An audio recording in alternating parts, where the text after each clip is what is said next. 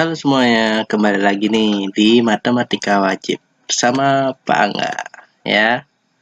Nah, jadi kita akan melakukan sedikit Q&A ya, yang sudah Bapak cantumkan di Google Classroom kemarin ya, di Google Classroom. Dan di sana ada beberapa komentar, ada 5 komentar lebih tepatnya. Yang pertama dari Made Bagus yang bertanya, permisi Pak, kenapa soal 3 variabel lebih susah dari soal 2 variabel? Nah, kalau yang ini, kenapa soal 3 variabel lebih susah dari soal 2 variabel? Karena kamu menghitung 3 variabel ya, yang sebelumnya 2 variabel. Kalau 2 variabel ya hanya menghilangkan salah satunya, otomatis mendapatkan satu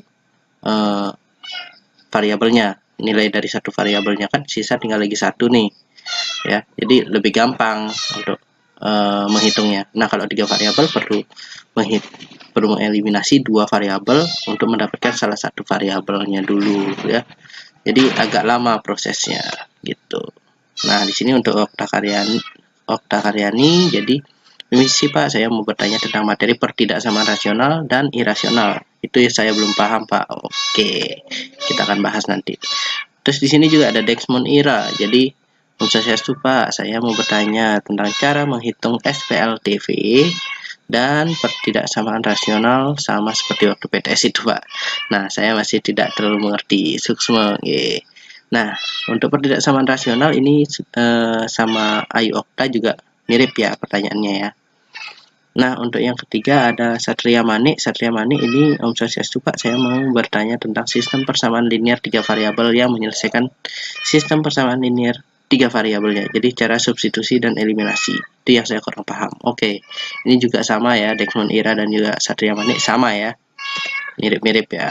Terus ada yang terakhir Muhammad Syahri. Jadi Om Swastiastu Pak, saya masih kurang paham di materi persamaan dan pertidaksamaan nilai mutlak yang cara menggambar garis bilangan itu Pak.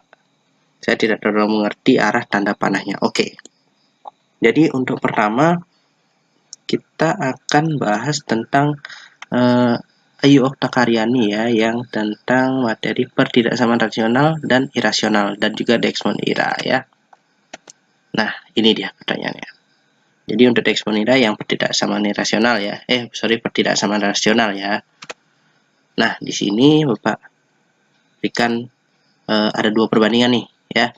2 perbandingan dia pertidaksamaan, sama-sama pertidaksamaan dan juga sama-sama rasional. Nah, tapi di sini pertidaksamaan rasionalnya itu adalah bagian yang B ya. Itu menurut definisi ya. Jadi definisi pertidaksamaan rasional adalah yang Bapak tahu, yang Bapak mengerti ya. Jadi kalau pertidaksamaan rasional artinya bagian bawahnya atau bagian penyebutnya itu ada variabelnya.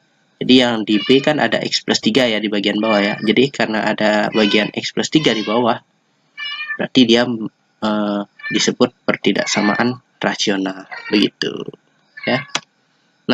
Nah, bentuk umumnya pertidaksamaan rasional adalah fx per gx. Jadi fx-nya apa, gx-nya apa. Ada yang lebih besar sama dengan 0, ada yang lebih besar saja. Terus juga gx-nya ini sama-sama ya, gx-nya atau yang bawahnya itu penyebutnya itu tidak boleh sama dengan 0 ya. Jadi dia tidak boleh sama dengan 0 di sini ya. Dan juga ada beberapa langkah penyelesaian. Jadi yang pertama itu nyatakan dalam bentuk umum, yaitu bentuk seperti ini. Jadi usahakan ruas kanan sama dengan 0 ya. Jadi kalau umpamanya di contoh di atas yang 4 per X plus 3 kurang dari sama dengan 2, berarti 2-nya kita pindahkan ke sebelah kiri. Jadi biar kanannya sama dengan 0 gitu ya. Jadi yang kanannya pertidaksamaannya 0. Terus yang kedua, cari pembuat 0, pembilang dan penyebutnya. Jadi atas dan bawahnya kita cari pembuat 0-nya. Yang ketiga, setelah itu kita tuliskan pembuat 0-nya pada garis bilangan. Yang keempat, baru kita tentukan daerah penyelesaiannya. Nah, di sini yang keempat, untuk menentukan daerah penyelesaiannya, kita harus memperhatikan tanda pertidaksamaannya. Nah, tanda pertidaksamaan yang mana? Kita akan lihat di contoh soal berikut. Ya. Jadi ini salah satu contoh soalnya. Tentukan cara penyelesaian pertidaksamaan 2x plus 9 per x min 4 kurang dari sama dengan 1 ya. Jadi Caranya ya pertama ya, langkah penyelesaiannya kita yang pertama nyatakan dalam bentuk umum. Jadi kita nyatakan yang ini dalam bentuk umum. Karena ini masih kurang dari sama dengan 1, satunya kita pindah agar ruas kanannya menjadi 0 ya. Nah, jadi di sini ada 2x plus 9 per x min 4 kurang dari 1. Nah, 1 ini bisa kita ubah jadi x min 4 per x min 4. Karena penyebutnya sama, atasnya kita tinggal tambah atau kurangkan saja ya. Setelah dihitung, didapatlah hasilnya x plus 13 per x min 4 kurang dari sama dengan 0. Ini kan sudah di bentuk umum pertidaksamaan rasional ya. Nah, setelah itu yang kedua yaitu cari pembuat 0 dari pembilang dan penyebut dari atas dan bawahnya. Nah, untuk pembuat 0-nya jadi ada x plus 13 sama dengan 0, yaitu x-nya sama dengan min 13 dan juga x min 4 sama dengan 0, yang itu x-nya sama dengan 4. Dimana di sini ada syaratnya itu adalah yang itu. Jadi syaratnya adalah gx tidak boleh sama dengan 0. Jadi di sini syaratnya adalah x min 4 tidak boleh sama dengan 0. Berarti x-nya tidak boleh sama dengan 4 ya. Jadi ketika x-nya di 4 itu tidak termasuk seperti itu ya. Nah, untuk selanjutnya ini adalah garis bilangannya ya. Untuk garis bilangannya di sini ada 2 titik ya, ada titik hitam dan titik putih ini. Nah, untuk yang hitam itu adalah min 13. Karena bawahnya tidak boleh sama dengan 0. Jadi di sini x-nya tidak boleh sama dengan 4, berarti 4-nya tidak termasuk. Jadi hanya lingkaran saja, tidak lingkaran penuh ya. Di situ. Nah, di sini dari setiap ini nanti setelah tulis membuat 0 pada garis bilangan, nah untuk menentukan daerah penyelesaiannya perhatikan tanda pertidaksamaan yang di sini ya. Ini ya. Nah, itu yang di x plus 13 per x min 4 kurang dari sama dengan 0. Jadi perhatikan tanda pertidaksamaan di sana. Jadi yang kita ingin cari persamaannya harus kurang dari sama dengan 0. Artinya yang kita cari adalah yang bernilai negatif. Nah, di manakah yang bernilai negatif pada rentang-rentang ini? Nah, dicarilah di sini. Nah, ketika dia kurang dari 15, kita ambil salah satu sampel bilangannya. Yang kurang dari negatif 13, kita contohkan negatif 15. Berarti negatif 15 kita masukkan ke X, berarti negatif 15 ditambah 13, hasilnya adalah min 2, lalu dibagi dengan min 15, min 4, berarti min 19. Karena atas dan bawah sama-sama min, berarti negatif dibagi dengan negatif, hasilnya adalah positif ya. Nah, kalau diagramnya sih seperti ini ya. Nah, untuk di antara negatif 13 dan 4 itu ada 0 ya. X-nya 0. Kita ambil X-nya 0 untuk mempermudahkan perhitungan. Kalau X-nya 0 kan gampang. Atasnya 13, bawahnya negatif 4. Berarti positif dibagi dengan negatif. Positif bagi negatif adalah negatif ya. Terus untuk yang kanan yang lebih besar daripada 4. Untuk yang lebih besar daripada 4 itu bernilai positif. Kenapa? Kita ambil saja 5 contohnya. Berarti 5 tambah 13 adalah 18 dibagi dengan 5 kurang 4, 1. Berarti 18 per 1 positif per positif, ya positif. Itu ya. Nah, yang kita cari adalah kurang dari sama dengan 0. Artinya yang kita cari adalah bernilai negatif. Yang dimanakah itu? Yang di sini ya. Berarti itu adalah daerah himpunan penyelesaiannya. Ya, jadi himpunan penyelesaiannya adalah X-nya tersebut kurang dari 4 ya, X-nya kurang dari 4 dan X-nya lebih besar dari sama dengan negatif 13. Seperti itu caranya ya. Oke, sekarang kita akan ke pertanyaan kedua. Oke, pertanyaan kedua yang Bapak pakai di sini adalah Satria Manik dan juga Dexmon Ira ya. Jadi sama-sama ingin tahu cara menghitung SPLTV-nya ya. Ya, jadi di sini yang pakai di sini kan karena metode penyelesaian SPLTV tersebut ada 3. Yang pertama adalah metode substitusi, habis itu ada eliminasi, yang ketiga ada gabungan. Jadi eliminasi dan substitusi. Nah, untuk yang sekarang kita akan berfokus pada substitusi dan eliminasi. Yang pertama kita akan lihat yang metode substitusi ya. Ini dia.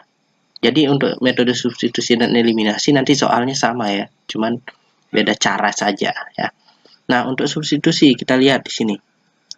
Sudah kita lihat soalnya. Setelah itu untuk yang pertama kali kita lakukan pada saat substitusi, namanya juga substitusi ya, atau menginput salah satu variabel atau mengganti salah satu variabel menjadi variabel yang lain. Contohnya seperti ini. Jadi kita ubah salah satu persamaannya X plus Y plus Z sama dengan 7, kita ubah menjadi X sama dengan, jadi Bapak ubah jadi X-nya Bapak ubah menjadi sendiri, jadi X sama dengan apa gitu. Jadi terdefinisi bahwa X itu sama dengan 7 dikurangi Y dikurangi Z, kan seperti itu. Dimana ini merupakan persamaan keempat ya.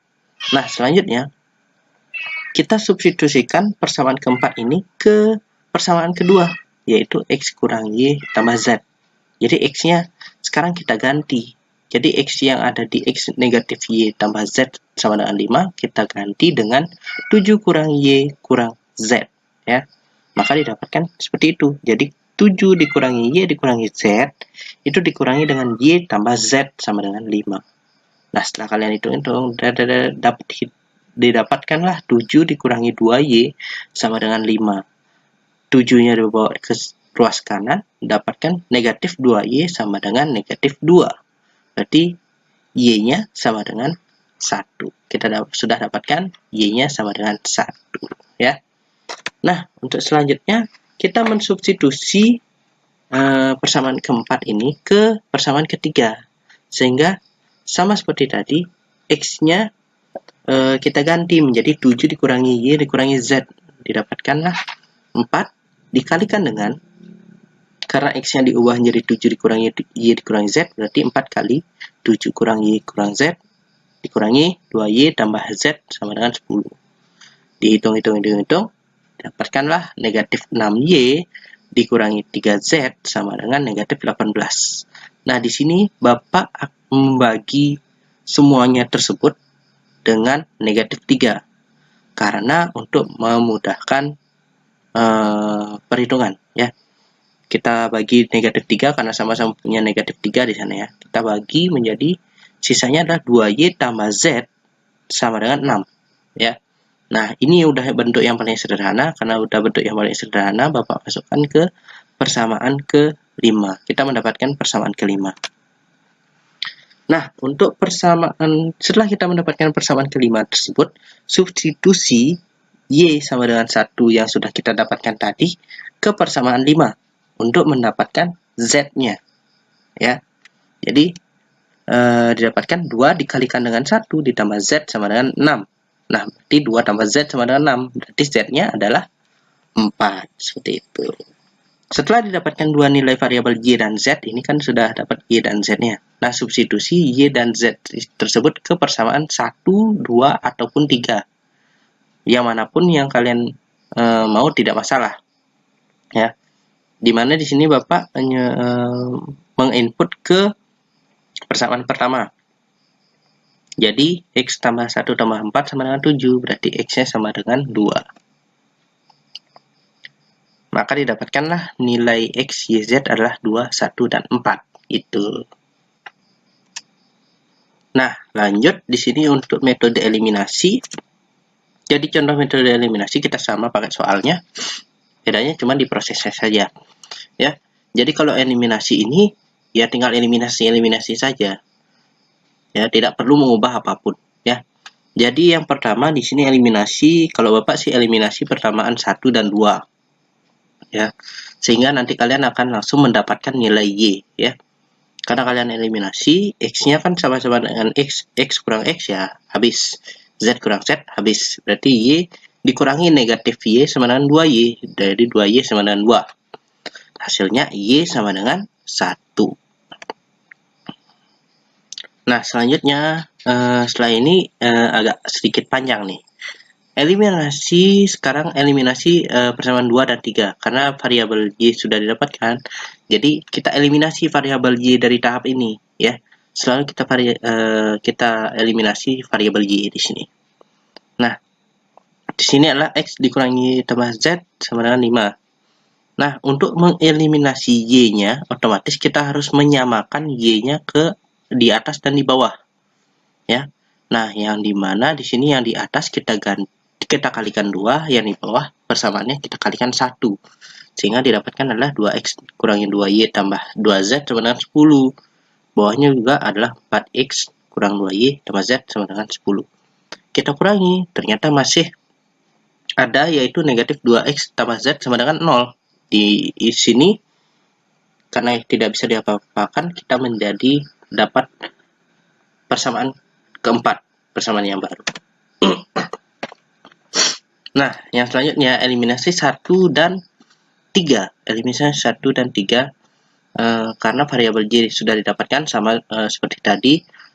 Karena Y sudah didapatkan, kita harus eliminasi Y-nya. Nah, setelah kita hitung, didapatkanlah hasilnya, yaitu yang paling sederhana adalah 2x tambah z sama dengan 8. Karena ini yang sudah paling sederhana, berarti ini kita labeli dengan persamaan kelima. Nah, dari sini persamaan dan 4 ini kita eliminasi. Jadi kita hilangkan salah satunya, yang mana Bapak memilih untuk menghilangkan x-nya.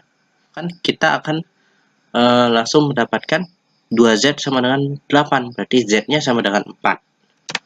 Nah, setelah itu, karena z-nya sudah dapat, y-nya sudah dapat, kita eliminasi z dan y di sini. Jadi karena di sini sudah ada z-nya, ya udah kita hilangkan z-nya, mendapatkan negatif 4x sama dengan negatif 8. Nah, x-nya sama dengan 2. Yang mana yang tadi juga mendapatkan 2, 1, dan 4. Jadi beda metode, sama juga penyelesaiannya, ya. Jadi ini seperti banyak jalan menuju Roma, ya. Nah, sama seperti itu. Jadi kalian ada 3 jenis metode, silahkan dipakai mana yang paling cocok buat kalian menghitung, ya. Nah, untuk selanjutnya ini pertanyaan dari Muhammad Syahri. Jadi dia kurang mengerti tentang pertidaksamaan nilai mutlak tentang cara menggambar garis bilangan, ya. Nah, untuk yang pertama, cara menggambarnya adalah mengetahui batas-batas pada garis bilangan. Jadi kalian harus tahu di mana sih batas-batasnya. Apakah di 4, apakah x sama dengan 4, x kurang dari sama dengan 5, 4, negatif 13, dan seterusnya.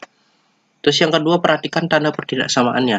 Apakah kurang dari, lebih dari, kurang dari sama dengan, lebih dari sama dengan. Terus gambar sesuai dengan yang diketahui. Nah, untuk contoh soal, jadi ini, carilah himpunan penyelesaian dari pertidaksamaan nilai mutlak berikut. Nah, untuk di sini, Bapak memakai definisi, jadi himpunan penyelesaiannya dapat dicari. Nah, ketika ada nilai mutlak, dan dia, kalau istilahnya Bapak ya, dia dipantatin gitu istilahnya. Dia dipantatin, jadi dia merucutnya ke arah nilai mutlaknya. Bapak bilang sih, dia dipantatin gitu istilahnya. Jadi kalau nilai mutlaknya dipatatin, maka dia langsung akan seperti ini dia jadinya. Jadi x min 5 di antara 4 dan negatif 4. Jadi 4-nya itu yang cuman satu angka itu, dia jadi positif dan juga negatif. Dia langsung jadi batas-batas belakang dan batas depan gitu istilahnya. Dapatlah x setelah dihitung itu ada x min 5 kan. Jadi karena ada x min 5, karena kita ingin menghilangkan negatif 5-nya untuk kita menjumlahkan x-nya gitu kan. Jadi kita tambahkan 5 kan di semua jenjang itu kan, semua kan kita tambahin 5. Otomatis negatif 4 tambah 5 menjadi 1, 4 tambah 5 menjadi 9. Berarti x-nya ada di 9 dan 1, di antara 9 dan 1. Nah, untuk garis bilangannya seperti ini.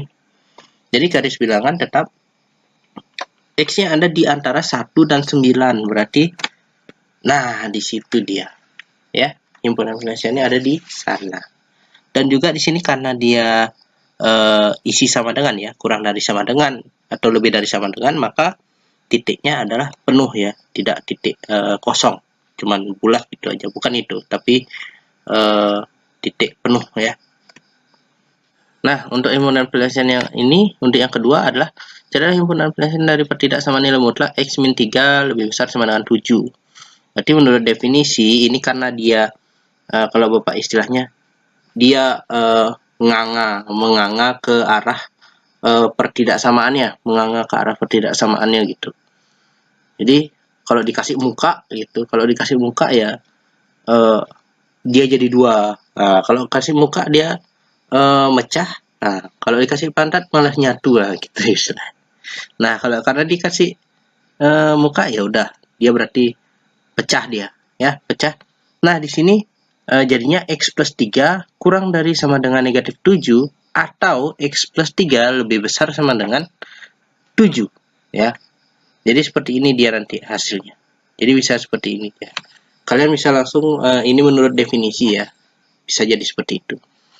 Dan juga setelah kalian hitung, karena di sini X plus 3 berarti kita mengurangi semuanya. Berarti X plus 3 kurangi 3 ya udah X. Terus min 7 kurangi 3 akhirnya adalah dapatnya min 10. Jadi X kurang dari sama dengan min 10 atau X-nya lebih besar sama dengan 4. Nah, jadi himpunan penjelasannya adalah X-nya kurang dari min negatif 10 atau X-nya lebih besar sama dengan 4. Nah, di mana di sini untuk garis bilangannya seperti ini. Ya. Batas-batasnya ingat, tentukan mengetahui batas-batasnya. Batas-batasnya adalah 10, min negatif 10 dan 4. Terus untuk X-nya karena X-nya kurang dari sama dengan negatif 10 berarti dia ke arah kiri. Nah, sedangkan untuk X yang lebih besar sama dengan 4 berarti ke arah kanan. Ini dia jadinya. Jadi garis bilangannya untuk yang soal yang kedua seperti itu, ya.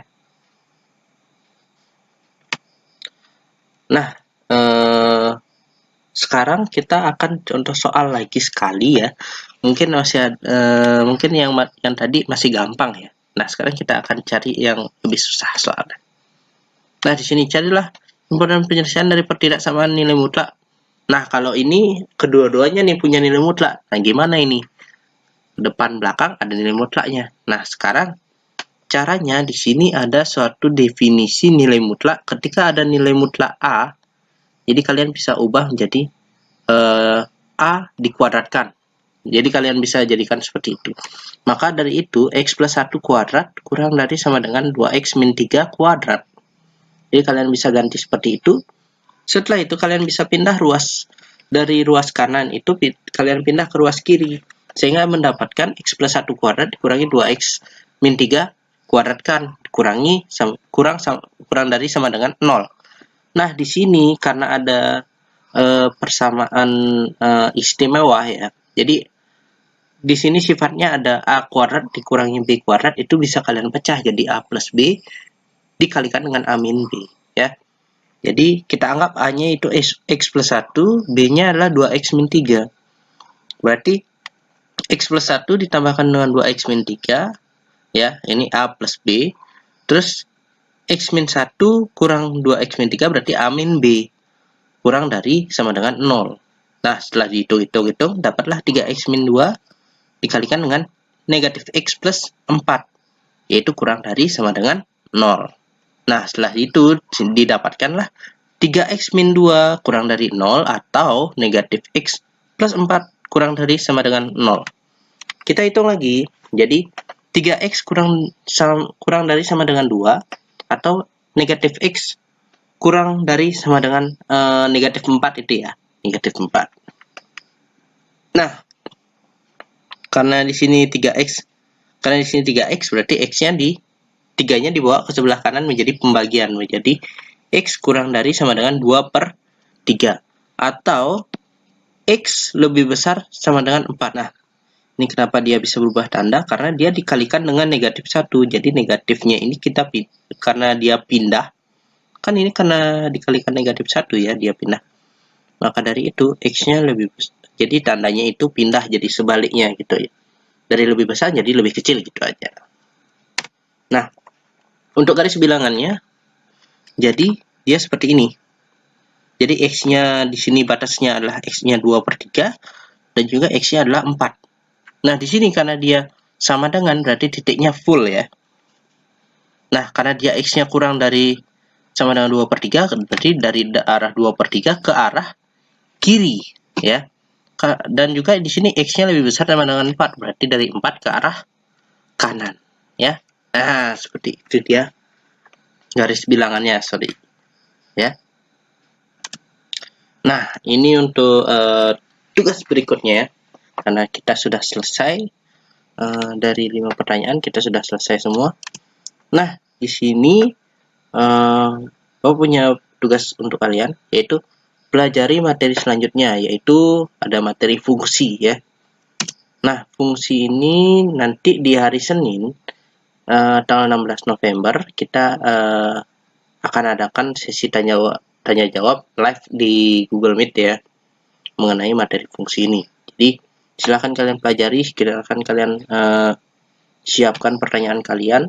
Kita akan tanya jawab nih lewat Google Meet. Lalu yang dipelajari ini apa aja, ya, untuk yang di hari Senin, ya. Untuk yang di hari Senin, silakan kalian pelajari tentang pengertian dan notasi fungsi tersebut. Apa saja pengertiannya, terus apa saja notasi fungsi yang ada di sana. Apakah ada nokta atau poin seperti apa gitu, ya. Pelajari. Terus apa saja jenis-jenis fungsi tersebut? Ada biasanya sih kalau nggak salah jenisnya ada 4, ya. Ada 4, silahkan itu dipelajari. Terus ada sifat-sifat fungsi, apa saja sifat-sifat yang ada dalam fungsi tersebut, seperti itu, ya. Nah, jadi selalu thank you, ya, untuk sudah melihat video ini, and always see you in the next video. Bye bye.